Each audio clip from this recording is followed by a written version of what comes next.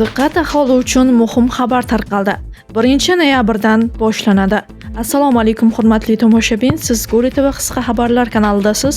Kanalimizga xush kelibsiz. Yurtimizda va jahonda sodir bo'layotgan eng so'nggi va dolzarb xabarlardan doimo birinchilardan bo'lib xabardor bo'lib turishni xohlasangiz, kanalimizga hoziroq podpisatsiya tugmachalarini bosib, videolarimiz davomida bir dona like tugmachasini bosib ketishni ham unutmang. 1-noyabrdan tabiiy gaz iste'moli bo'yicha bazaviy me'yor 5 barobarga oshiriladi. Kuz-qish mavsumida tabiiy gaz iste'moli yuqori bo'lganligi 2024-yil 16-apreldagi BMK 204-son qarori bilan noyabr-fevral oylarida har bir oy uchun 500 kub metrgacha bazaviy me'yor belgilangan. Mart-oktyabrda esa har oy uchun 100 kub metrgacha. Qoraqalpog'iston Respublikasi va Xorazm viloyatida esa 500 kub metrli me'yor oktyabr-fevral oylari uchun beriladi.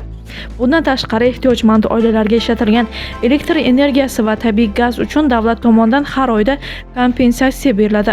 Kompensatsiya miqdori elektr energiyasi uchun oyiga bazaviy me'yordan ortiq 200 kilobayt-soatdan keyingi 150 kilobayt-soatgacha, tabiiy gaz uchun qish oylarida 250 kub metrgacha, boshqa oylarda 150 kub metrgacha bazaviy me'yordan ortiq foydalanilgan qismi uchun. Shuningdek, 2025-2026 yilgi isitish mavsumi uchun noyabr oyida har bir ehtiyojmand oilaga 1 million so'm miqdorida bir martalik moddiy yordam beriladi, deyiladi xabarda.